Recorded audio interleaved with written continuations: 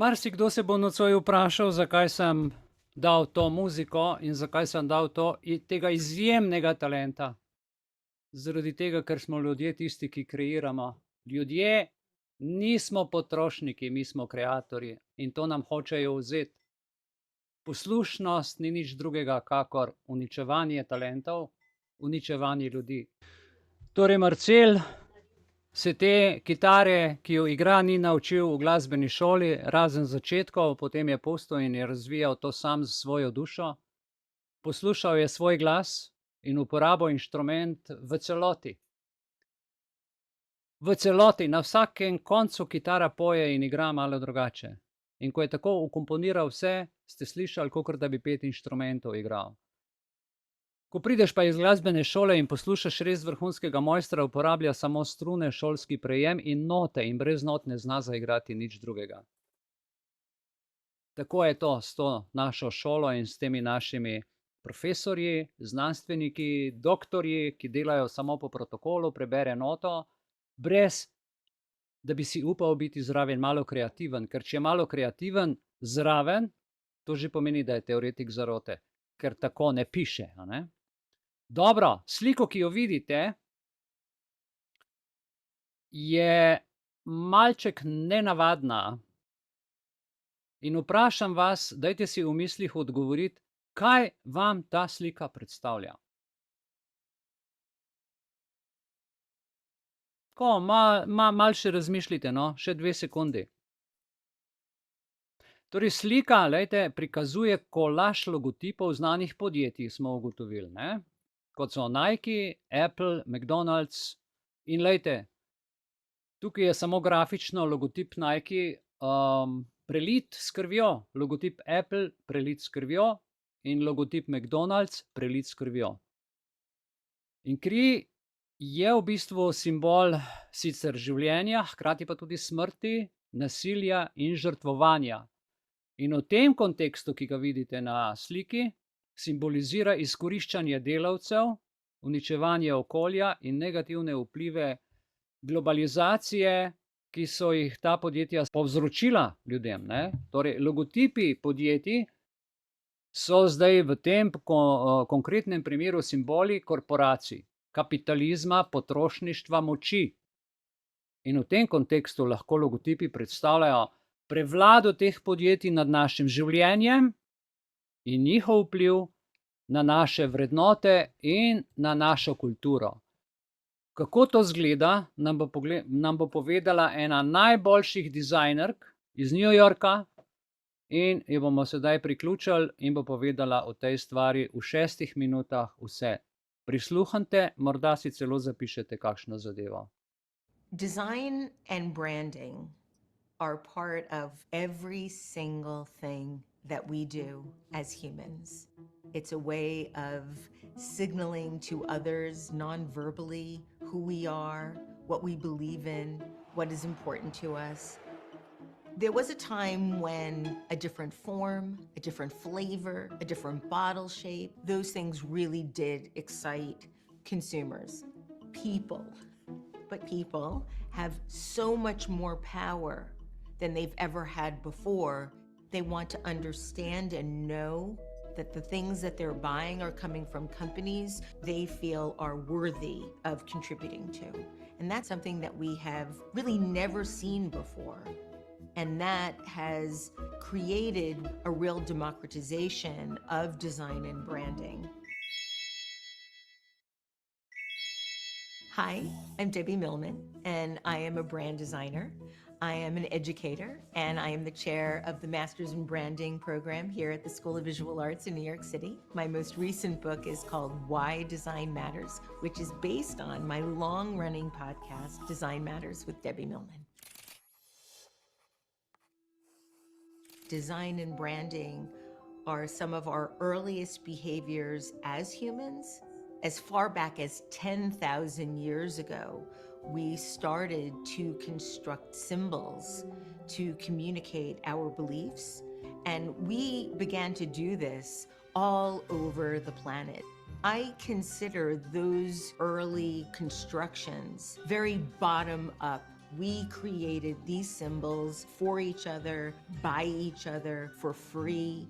It's really only in the last 250 or so years that the model of bottom-up branding was tipped and turned when the corporation began to appropriate that behavior to create widespread recognition for branded products. Whether it's a religion, political platform, sugar-free beverage, all of these constructions use branding in exactly the same way to create more recognizable consensus. But it's really only in the last 10 years that we have begun to see that top-down model begin to flip back to bottom-up again. And that is really the thing that excites me almost more than anything today. Branding is no longer just a tool of capitalism. Branding has become a profound manifestation of the human spirit. People aren't as interested in different anymore. They're looking much more critically to see what organizations stand for. A really good example of an organization that is taking some risks with communicating what they believe is what Nike has done with Colin Kaepernick. When Nike first introduced the idea that they were supporting Colin Kaepernick, quite a lot of people were up in arms.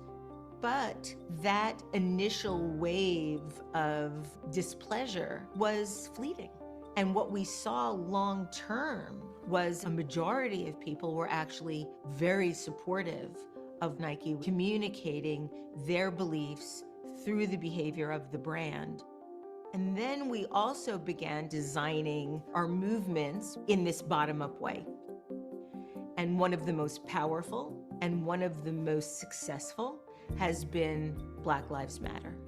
It has all the tenets of branding. It has a name, it has a hashtag, it has a website, it has a logo, it has passionate belief.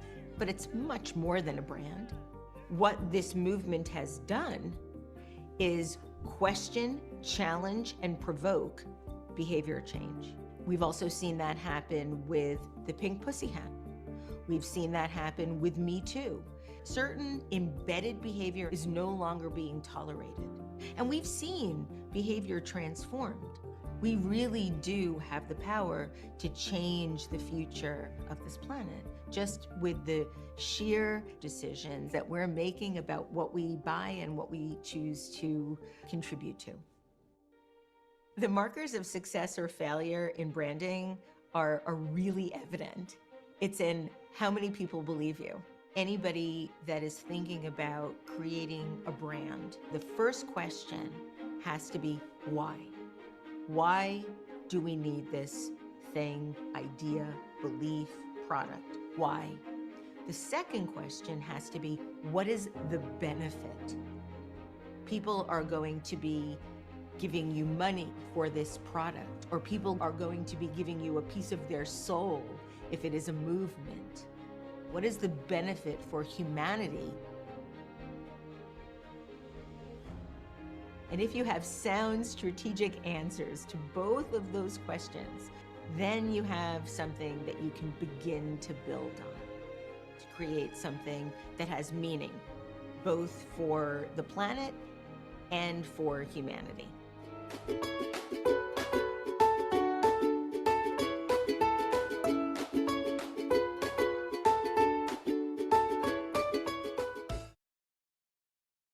To je tudi neke vrste logo, ne? Samo v drugo smer.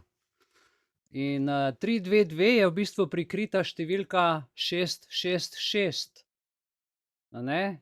3 krat 2 je 6, 2 krat 6 je 12, plus ena šestica je 18, 3 krat 6 je 18. To je številka človeka. O tem bomo danes malo več govorili. Je pa seveda število zelo pomembno, ker izdaja nekaj silno pomembnega, o čemer bomo nocoj še govorili, vendar ne še zdaj, ne še takoj. Povem samo, da so člani tega skritega društva tako zavezani v svoje skrivnosti, da Ukolikor povejo karkoli, kaj se dogaja med njimi, jih doleti smrt. Tako so se dogovorili. Ampak ti ljudje po vsem svetu vodijo vse. To se pravi, so v CIA, a ne, so predsedniki najmočnejših držav, so predsedniki najmočnejših institucij, najdemo jih tudi povsod v vladah. Poglejmo tukaj GOVT, vidite, 322 International Relations Theory. In tako da se ta števila, če te številke ne razumemo in nismo nanje pozorni, ti ljudje imajo svoje skrivne simbole in se pogovarjajo med seboj v tišini, simboliko, znaki in tako naprej. Je pa še ena zanimiva stvar, skozi to, ki zdaj prihaja, skozi ta članek, vidite, ki je tukaj, prihaja pa seveda tudi trendi IR za leto 2023, so tukaj opisani, ker leto 2024 še ni povsem mimo. In temu bi se reklo, pravica vedeti te lahko ubije, saj je resnico težko prenesti. Tako kot so stopnje, recimo jaz gledam po sebi, jaz sem recimo za svoj prvi poklic študiral 6 let in so me postopoma uvajali. Najprej prideš, se malo navadiš, potem narediš slovesne večne zaobljube, se navadiš, potem postaneš pomočnik, ne. Po pomočniku postaneš že kar izvrševalec in potem še dodatne funkcije dobivaš zraven. Ampak to gre, ko človek dozoriva. Ko je zrel, lahko neko znanje prenese in ga brez čustev navaja tudi naprej. In tako je tudi to. In kaj pomeni tale IR? Verjamem, da nihče od vas tega ne ve. Povedal vam bom, kaj pomeni IR. V besedilu trend IR, a ne, za leto 2023 pomeni trende v odnosih z vlagatelji. V bistvu IR je kratica za Investor Relations, kar pomeni dejavnosti, ki jih podjetja izvajajo za komunikacijo z vlagatelji in ohranjanje njihove naklonjenosti. Zakaj vam to govorim? Zato, ker včasih smo rekli PR ali Public Relations. Vlade so imele z nami odnos. Zdaj pa je to postal IR Investor Relations. Vlada, predsednik, ministri, javna uprava se z nami več ne pogovarjajo. Zdaj se pogovarjajo z investitorji, ker mi smo postali, kot smo ugotovili, potrošniki. Mi nismo več državljani. Oni računajo zdaj z investitorji, koliko bojo na nas zaslužili. Tipičen tak primer je recimo zdajle ta projekt dolgotrajne oskrbe, kjer sem bral študijo, koliko bodo investirali tuji vlagatelji v Slovenijo in seveda pri nas mora to vlada izpeljati in strošek, recimo na pamet govorim, da je strošek 10 milijonov, investicija, infrastruktura, računalniško, pa to, da se vpelje v 2 letih, a ne? Ampak po 2 letih se začne investicija vračati zaradi tega, ker bodo zaposlitve, ker bodo ljudje zahtevali to tudi dodatno, trajno oskrbo na domu še od drugih firm. Socialna ne bo vsega zmogla, že zaradi pokojninskih škarij, ker je starejših ljudi vedno več. Potem ljudje ne bodo mogli tega plačevati, bo država počasi vzela najprej hiško, vrt, zemljico, hiško in so zračunali, da bo kratnik krat 50 s povratkom, tako da bo lahko država seveda posojilo vrnila in hkrati zaslužila. Tako da na nas to se služi, kar je skratka nepošteno, a ne. Zdaj, če pogledamo samo na kratko, PR proti IR, ne, Public Relations. Mi smo včasih imeli javno mnenje, smo se pogovarjali, smo imeli debate na televiziji, smo se povsod o eni stvari pogovarjali, potem smo pa šli na referendum, smo se odločili, bili smo seznanjeni z nekimi stvarmi. Sedaj pa hodijo samo po kongresih, potujejo na Svetovni gospodarski forum, potujejo v United Nations, potujejo na svetovne vlade, imajo se fajn, oni se tam pogovarjajo, pridejo domov, dobiš pa tlele kar neki, en zakon, eno spakedralo, ne vem, agendo 2030 do 50, pa neke elektrarne, ki ne funkcionirajo na sonce, že zaradi tega, ker za letali naredijo zaveso pred soncem, a ne? In tako naprej in tako naprej. Nič ne funkcionira in tle ljudje smo pa zdaj v šahomatu, šahmat. Njihova zaveza med seboj, ki so si jo naredili, da bodo komunicirali samo z investitorji, ne pa tudi z ljudmi, je tako huda, da imajo močne sankcije, podobno kot v tem društvu, zato ker to društvo trenutno skozi vse pore in skozi 200 let, ki so si naredili vse svoje pajkovo mrežo, v bistvu vladajo, ne. Glejte, pri PR, poglejmo čisto kratko, samo toliko, da vam razložim čisto na kratko. Upravljanje javne percepcije, organizacije in grajenje pozitivnih odnosov z javnostjo. To je PR, ne. Občinstvo je v bistvu cilj je občinstvo in različne cilje občinstva se obravnava in različne družbene teme, zato ima tudi različne posledice, ne. Cilj je, tako kot smo rekli, javnost, potem lokalne skupnosti in tako naprej. Dejavnost je pa izdajanje sporočil za javnost, organizacija dogodkov, krize, komunikacije, upravljanje družbenih medijev in kaj še lahko rečemo, sponzorstva in tako naprej. To je PR, ne. Zdaj PR-a več ni, je pa investitor relations. Kaj pa je tukaj cilj? Tukaj je pa cilj države komunikacija z vlagatelji, ohranjanje njihove naklonjenosti in spodbujanja naložb v podjetju. Država je postala firma. Vlagatelji, torej občinstvo so vlagatelji, analitiki, finančni menedžerji in tako naprej, ne. Dejavnosti so sestanki z vlagatelji, poročila o dobičkih, poslušamo o vlagatelji, dobički, bruto, neto, organizacija konferenc za vlagatelje, obveščanje o pomembnih dogodkih, upravljanje finančnih informacij, toliko milijard v zdravstvo, to. Sploh ne komunicirajo z nami, komunicirajo samo z denarjem in z vlagatelji in s projekti. Nas tle noter več ni kot ljudi. In zdaj, če to primerjamo eno z drugim, kaj se zgodi, če bi PR izginil, tako kot je zdaj izginil, ampak recimo, da ga še malček je, ne? Kaj bi se v družbi zgodilo, če bi se uveljavil strogo samo IR, ne? Investing relations. Prvič bi se omejila svoboda izražanja, kar se je zgodilo. Drugič, zgodilo bi se pomanjkanje transparentnosti, kar se je zgodilo. Tretjič, manipulacija z informacijami, kar se dnevno dogaja. Oslabljena demokracija, temu smo priča. Povzročitev družbenega nemira, koliko protestov, kaj vse smo imeli in še vedno imamo. In tudi ta današnji Zoom je neke vrste protest. Informiramo se o zadevah, ki nam jih ne povejo, ki z nami ne pokomunicirajo.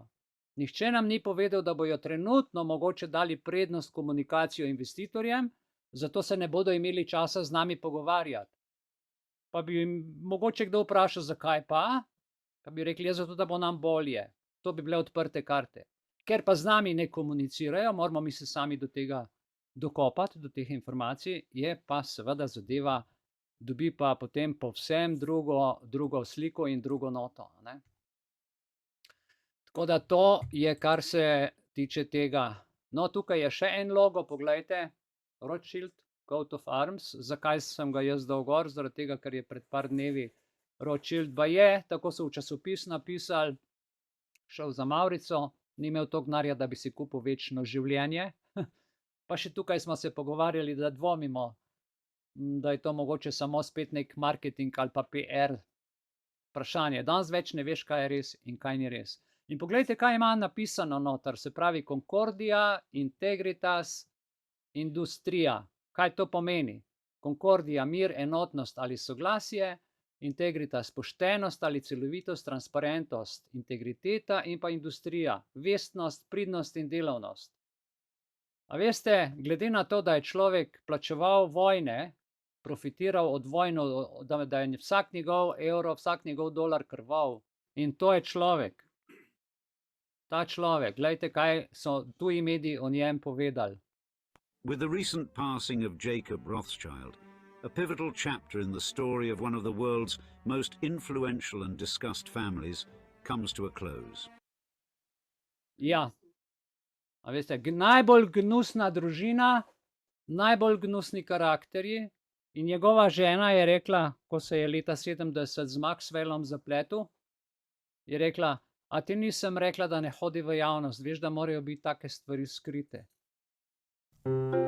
About 100 years ago, companies in the Western world ran into a problem. Consumers had everything they needed, and so the companies came up with a great idea. You just can't beat a Lucky Strike. Terrific new Busy Day dessert. Persuade people that they need more things, even things they didn't really know they needed.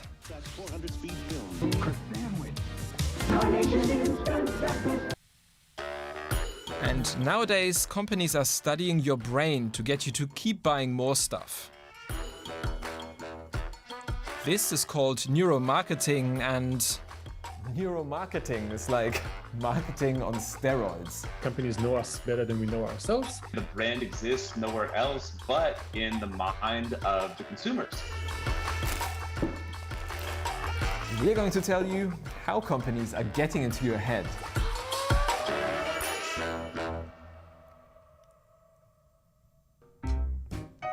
in the 1950s, a clever marketer shocked the world with an astonishing experiment. He flashed the messages, "Drink Coca-Cola" and "Eat popcorn" on a cinema screen too briefly for the audience to even notice. He claimed this had people rushing to the counters in droves to buy Coke and popcorn. If this story sounds too good to be true, then that's because it is. Thankfully, we're not that easy to brainwash. Turned out it was all BS. He made that up. There's no such thing as a brain's buy button. This is Prince Guman, a marketing professional. He and neuroscientist Matt Johnson wrote a book on how companies tailor their marketing to our brains. So the good thing is, we are not mindless shopping zombies. But we do make a lot of our decisions subconsciously. And that's where neuromarketing comes in. Companies are trying to better understand how our brain works to figure out what we really want. Traditional marketing studies work like this. Someone will ask me, do you want an apple or do you want a chocolate bar? And I'd say, I of course want the apple. But do I really want the apple? So we feel as if we're in control. We feel as if we're the author of our decisions and we're thinking through these things very rationally. But study after study after study shows that we are extremely irrational and that we're, generally speaking, pretty unaware of the full range of factors which ultimately inform and sometimes actually decide the different behaviors and paths that we take. In short, we don't always know what we want. We don't know if we actually want the apple or if we prefer the chocolate bar. But our brain doesn't lie. And that's why neuromarketers have adopted a range of technologies in their marketing studies to see what's happening under the hood inside consumers' brains. Functional magnetic resonance imaging and electroencephalograms measure activity in the brain. Eye tracking shows where we direct our attention, and heart rate and skin conductance show what we find exciting. For better or worse, people are complex and the brain is really complex. Uma Karmaka is a scholar whose research revolves around how we make decisions. What neuroscience does is it gives us access to some of these emotional elements or these elements that might not be fully conscious and tells us a little bit more about some of the things that might also be contributing to people's experiences and choices. Take Cheetos, for example. When its parent company Frito-Lay asked consumers how they felt about the brand, many said, well, it's a bit of a kid's snack. But when they looked at their brains, it turned out people got a real kick out of getting their fingers messy with this orange dust that they're covered in. It is fun. There was something subversive about that orange dust on your fingers. There was something a little unusual about it. And people kind of enjoyed it, even though it was not that respectable. You know, other people are trying to do their laundry too. Frito-Lay took these findings and built an entire ad campaign around this feeling of subversive pleasure. Those are her whites in the dryer. It became a huge success.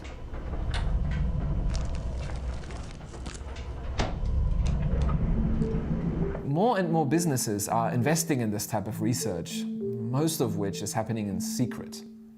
Through neuroscience, but also with the help of psychology and behavioral economics, they get a pretty good idea of what makes us tick. And they use this knowledge to get us to buy more of their stuff. And I'm going to give you 4 examples of this that you've probably seen in your everyday life. 1. They wear you down. Our brain operates in 2 different thinking modes.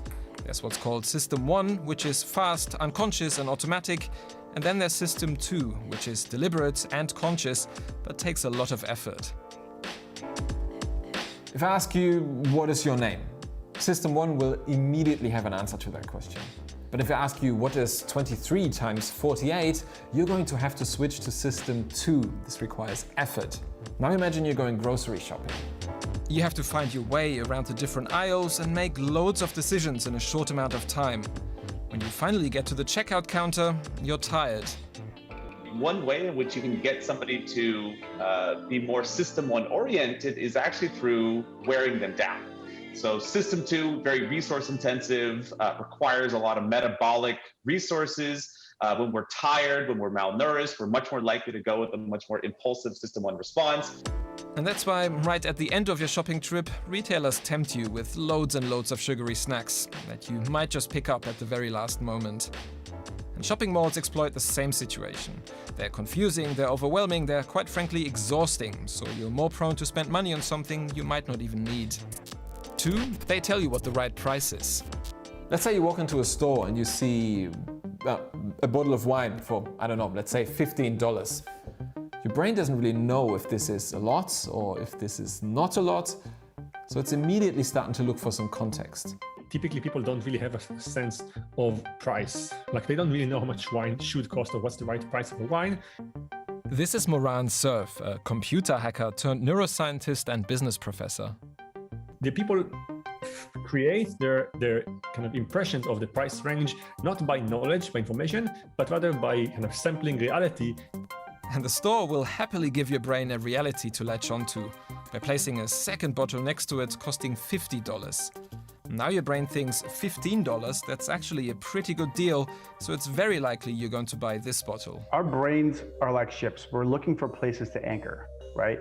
And adding any sort of context or understanding of value, having an anchor helps.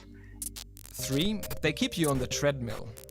Another quirk of our brain that brands are using is that it's constantly seeking pleasure.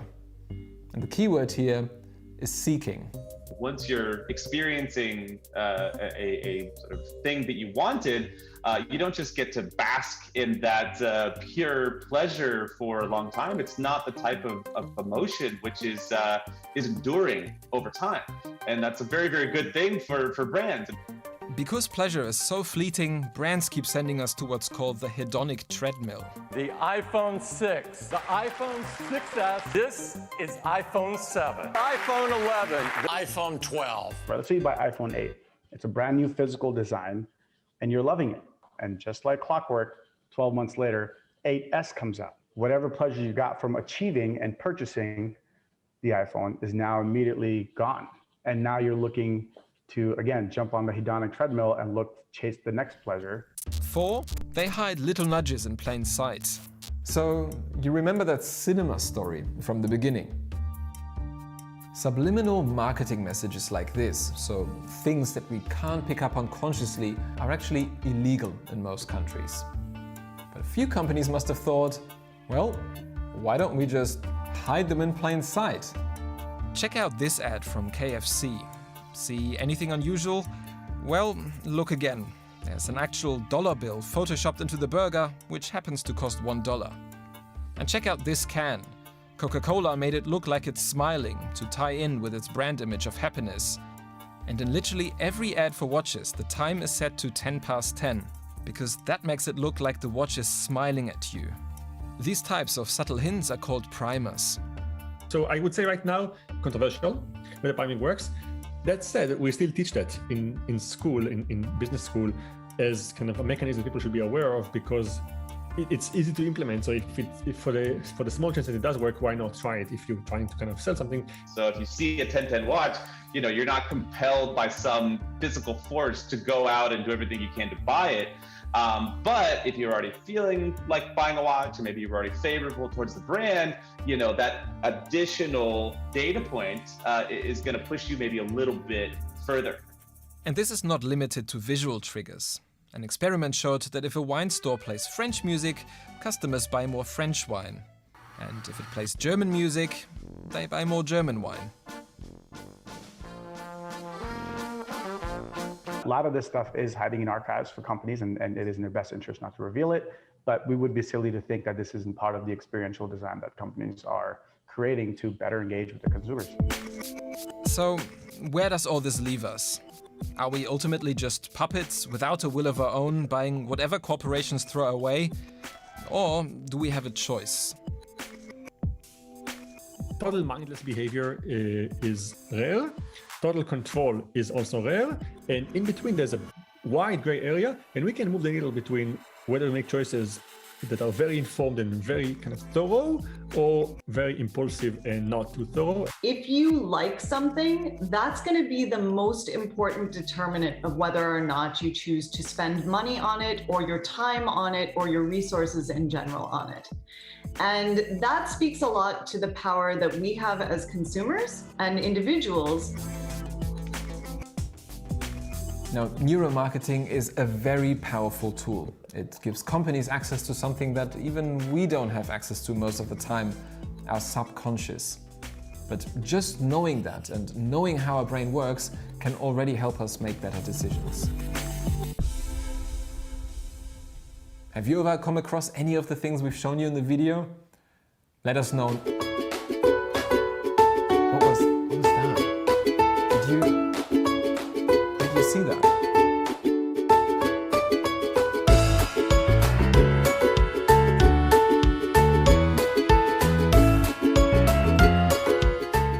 In to, kar smo povedali zdaj o neuromarketingu kot orodju za zaklepanje naše svobode in naših duš, si bomo pa zdaj tole pogledali malo pobližje. In sicer, ali si opazil, da cenzura ni naključna? Se pravi, vsi imamo v sebi osnutek pozabe, ki prihaja v obuditev človeške zavesti. Vsak dan bolj prihaja do tega. Glejte, najprej je spomin in seveda najprej se rodimo in zbudimo in to postane življenje. Zatem se pojavijo pa vprašanja, kdo sem, zakaj sem tukaj in kaj je namen mojega trenutnega življenja tukaj na tej zemlji. In obuditev spomina je torej ponovno spominjanje tega, kdo sem. Ko ugotovim, kdo sem, ugotovim, zakaj sem tukaj in pridem do namena mojega obstoja. To je poseben postopek. Obujanje spomina, kdo sem, ni enostaven. Zakaj ni enostaven? Ker gre za evolucijo, za napredek, za vsakodnevno delo na sebi, če hočete. In ne zgodi se zgolj za delo. Najprej je narejeno v sebi potrebno seveda vzdrževati in na to napredovati. Tako se količina dela kopiči, informacije se kopičijo, spoznanja se kopičijo, odgovornost se kopiči. In ni naključje, da so ljudje svoje misli, izkušnje, pa recimo recepte, spoznanja, zapisali, narisali, označili, prenesli v logotipe, prenesli na svoje potomce. In potem so prišla skrivna društva. Začeli so stvari skrivati za namen pridobitništva in za namen prednosti. In kakšen je še namen skrivnih društev? Namen vsega tega početja je pridobitev absolutne moči. Absolutna moč prinaša usmerjanje množic s pomočjo zakonov, spreminjanjem kulture, izobrazbe, tehnologije in vsega, kar nas kot okolje determinira. zadevo o osnutku pozabe, tistega pozabljenega in obuditve, pa so obdržali zase. Kajti oni imajo ključ do te obuditve. Če gremo naprej, božji razvoj so, če rečem po domače, privatizirali, skrili. In nihče iz skritih društev o tem duhovnem spoznanju ne sme govoriti, sicer umre. Takšna so pravila. Zato smo videli, ko sem vam prej pokazal, glavo lobanje in kosti ob ljubanji, za opomin, če boš govoril, boš umrl, in takoj pod lobanjo številka 322. No, sedaj smo prišli pa do tega ključnega trenutka. Tako smo prispeli do tiste skrivnosti, ki je vsem pred očmi, ki se nenehno pojavlja v glavah vidca, vendar ne ve, kaj bi to lahko bilo. Preden vam nocoj razkrijem, kaj številka 322 pomeni, povejmo prej še nekaj osnov. Torej, številne najstarejše bratske organizacije na svetu, to se pravi vključno s temi Skull and Bones, trdno ali ohlapno temeljijo v bistvu strogo na svetopisemskih veroizpovedih ali pa, če želite, na moralnih etičnih načelih. Ker nisem član nobenega skritega društva, nobene pomembne finančne organizacije ali politične skupine, ki se je zavezala, ker ne pripadam miselnih hipnozi mase znotraj slovenskega ali kakršnega drugega ljudstva, ker ne želim, da se dobre stvari skriva pred ljudmi in ker želim, da bi se vsi in vsakdo od nas zavedal samega sebe in se v sebi prebudil in prebudil, kaj smo rekli na začetku, ta osnutek pozabe, da bi vsak od nas spomin življenja v sebi obudil tako, da bi ponovno zaživel polno, suvereno in svobodno življenje, vam bom nocoj ta večer danes brez težav in brez zadržkov razkril pomen največje skrivnosti na tem svetu. In sicer vam bom razkril pomen številke 322. To število je za bratovščino Skull and Bones nedvomno biblijsko utemeljeno. Prevzeli so ga iz drugih skrivnih društev, ki imajo podobna notranja pravila molka, vendar se kazni za izdajanje skrivnosti rahlo razlikujejo. No pa poglejmo ta trenutek. Številka 322 se neposredno nanaša na 22. vers, 3. poglavje 1. Mojzesove knjige. In kaj pravi? Direkt iz Biblije vam bom prebral. Moment. Ja. Potem je rekel Gospod Bog. Dobro poslušajte. Glej, človek je postal kakor eden izmed nas, ker pozna dobro in hudo, da zdaj le ne stegne svoje roke, ter ne vzame tudi od drevesa življenja, da bi jedel in živel vekomaj. Zato ga je odpravil Gospod Bog iz Edenskega raja, da bi obdeloval zemljo, iz katere je bil vzet. Se pravi, prepovedano je bilo jesti iz drevesa spoznanja dobrega in slabega, iz drevesa življenja pa je bilo dovoljeno jesti, ampak nobene možnosti več. In to so zdaj, glejte, zanimivo, da je potem v vrstici 323, se pravi 322, spozna, da je človek kakor Bog, s to razliko od Boga, da ni jedel od večnega življenja. To je edina razlika, ki nas loči od Boga. Večno življenje. Zato je Bog odpravil človeka iz Edenskega vrta obdelovati zemljo, iz katere je vzet, smo rekli. In v naslednji vrstici je izgnal človeka in potem postavil vzhodno od Edenskega vrta kerube in meč, iz katerega je švigal ogenj. Pazite, ogenj, da bi stražili pot do drevesa življenja. Se pravi, gre za stražo, gre za ogenj, gre za nedostopnost do življenja. In kaj je tako skritega tukaj noter? Prvič, Bog zopet izpostavi, da je bogov več. Postal je kakor eden izmed nas, piše v Svetem, to ne govorim jaz, to v Svetem pismu piše. Postal je kakor eden izmed nas. Tega vam pri verouku nihče ni povedal.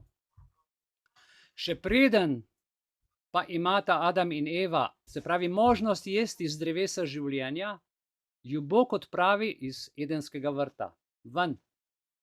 Zato še posebej izpostavi, saj vendar ni prepovedal jesti z drevesa življenja. Če že je iz drevesa spoznanja dobrega in hudega, se boji, da bi prva človeka postala res kakor bogova, saj bi živela večno. Lahko se vprašamo, ali to pomeni, da se od Boga ločimo le potem, da ne živimo večno. In tukaj zdaj nastane velika dilema. Od tod lahko izhajamo, da za prepoznavanje dobrega in slabega ne potrebujemo Boga. Saj smo v tem Bogu povsem enaki. In tega nam nihče ne pove. To skrivajo pred nami. Poglejte, moralnost torej ne izvira iz prepoznavanja Boga, saj sta za prepoznavanje dobrega in slabega morala prekoračiti prepovedi Boga. Ali je to prispodoba za to, da moramo prekoračiti zapovedi avtoritete, vlade, zakonov, da sami spoznamo dobro in slabo, saj nam nihče zares ne more povedati, kaj je resnično dobro in kaj je resnično slabo. Torej, ta interpretacija zgodbe iz Geneze je zanimiva. Res je, v besedilu ne dobimo neposrednega razloga, zakaj Bog prepove Adamu in Evi, da bi jedla z drevesa življenja. Vendar lahko sklepamo, da so se bogovi odločili, da jo odstranijo iz Edenskega vrta, kar je povezano z željo, da bi preprečili, da bi ljudje postali nesmrtni. In eden od možnih razlag tega dejanja je, da Bog kljub temu, da jo je ustvaril po svoji podobi, ni želel, da bi postala enaka bogovom v smislu nesmrtnosti. Če bi Adam in Eva potem, ko sta jedla iz drevesa spoznanja dobrega in hudega, jedla še iz drevesa življenja, bi bila usoda človeštva neizogibno vezana še na večnost, kar pa bi lahko imelo nepredvidljive posledice. Zdaj, glede na to interpretacijo, se zdi, da iz tega lahko izpeljemo idejo, da moralnost v tem svetu ni nujno povezana z božjimi zapovedmi. Niti 10 zapovedi, niti katerakoli druga zapoved, kajti to je vrhunska zapoved. Ampak izvira iz lastnega razumevanja dobrega in slabega.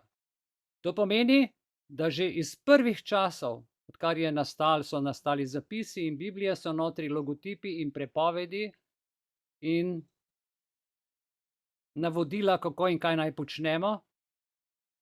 To nas sedaj lahko precej močno spodbudi k razmisleku o tem, kako razumemo moralnost in avtoriteto, ter kako se odločamo med dobrim in kako se odločamo med slabim. In prav tako se meni osebno zastavlja vprašanje, ali moramo in smo recimo celo dolžni prekoračiti državne zakone, občinske odloke, šolska pravila in druge zapovedi avtoritete, ki to niso, da sami spoznamo in ločimo dobro od slabega. Ker to je božja narava. Tukaj postanejo zadeve zelo zanimive. Človek mora biti dovolj zrel, da tako stvar razume. Zato sem prej govoril o stopnjah dozorelosti. In da te resnica lahko tudi dotolče, potolče, poškoduje. Različne religije, filozofije in države imajo različne poglede na to vprašanje. Nekateri menijo, da je moralnost odvisna od posameznikovega notranjega občutka za pravilnost in pravilnost oziroma pravičnost, medtem ko drugi verjamejo, da je moralnost določena s strani avtoritete, bodisi božanske, bodisi človeške. In tukaj, glejte, predvsem s človeške strani, če vzamemo, da je človek enak Bogu, Bog Bogu prepoveduje, kaj naj dela. Bog Bogu zapoveduje, kam naj gre. Bog Bogu da GPS in ga vodi. In Bog Boga poučuje. Zanimivo.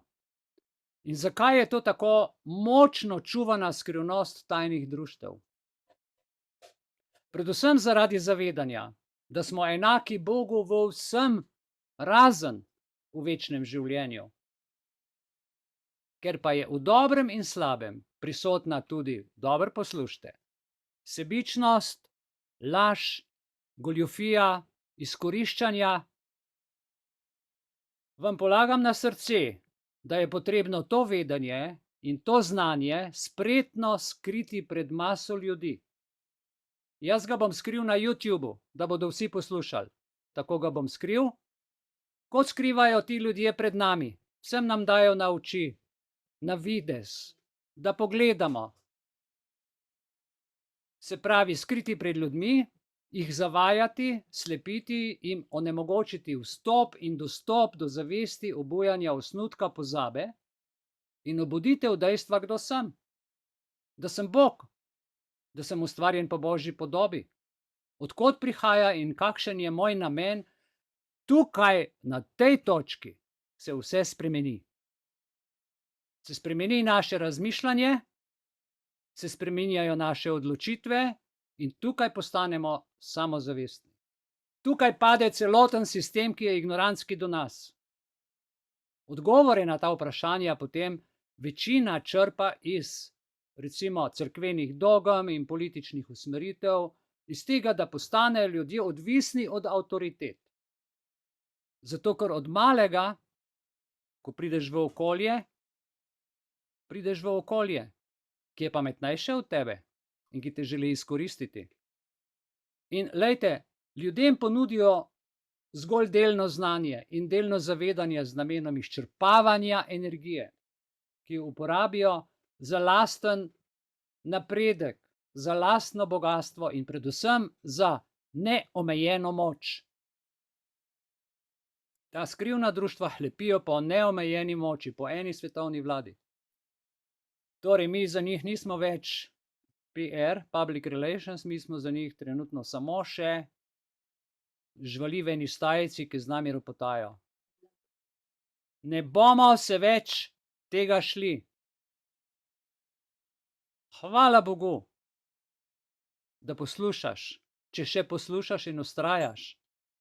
Razmisli, prespi, razmisli in aktiraj.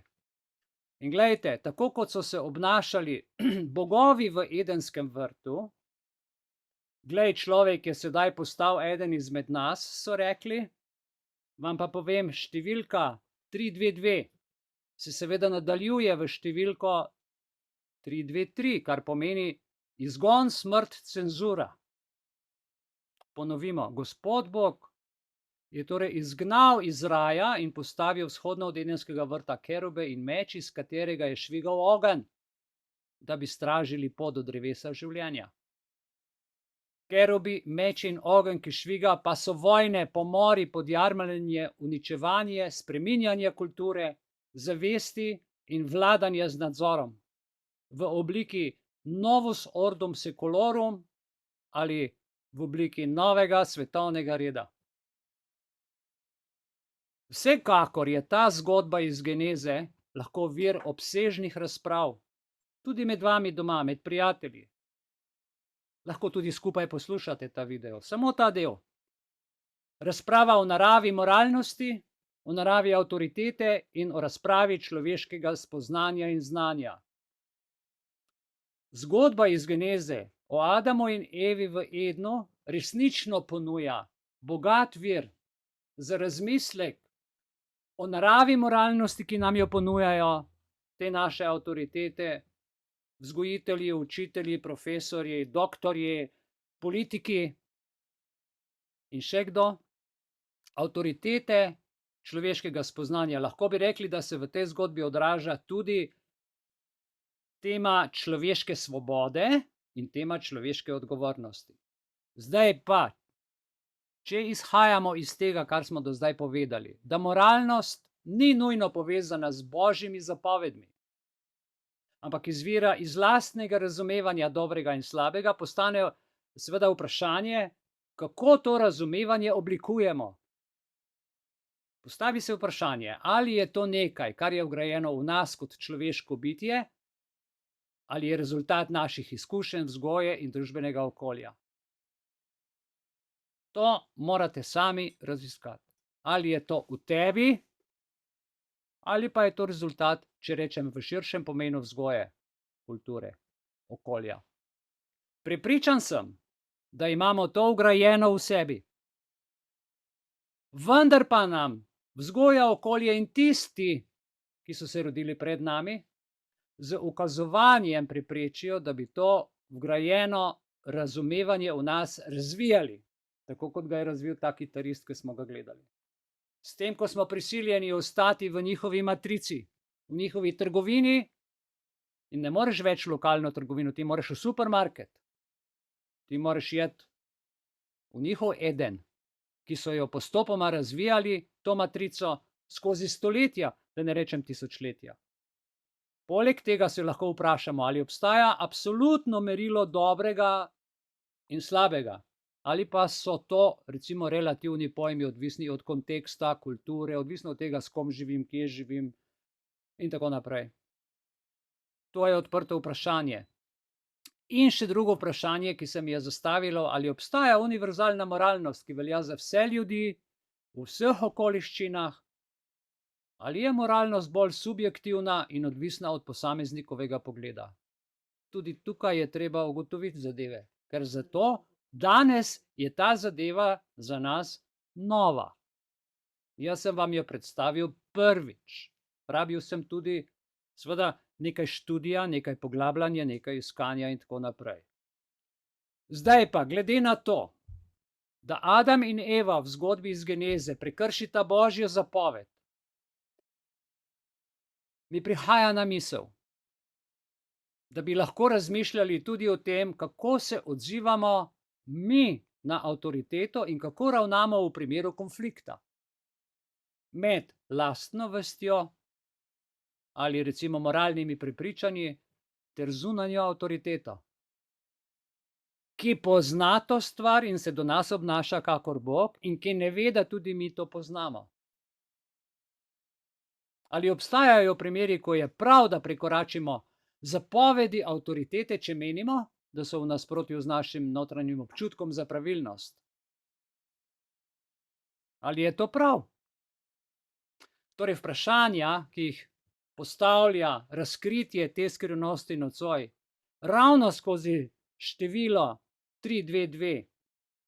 In ta zgodba so zelo globoka in pomembna za razumevanje človeške narave, morale in odnosa med človekom in avtoriteto, bodisi božansko, bodisi človeško.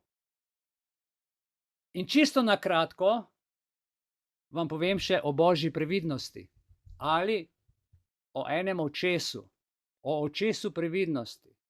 Zvezde, slavni in vsi, ki želijo biti v trendu, v kultu, v bistvu eno oko prikrijejo, ne?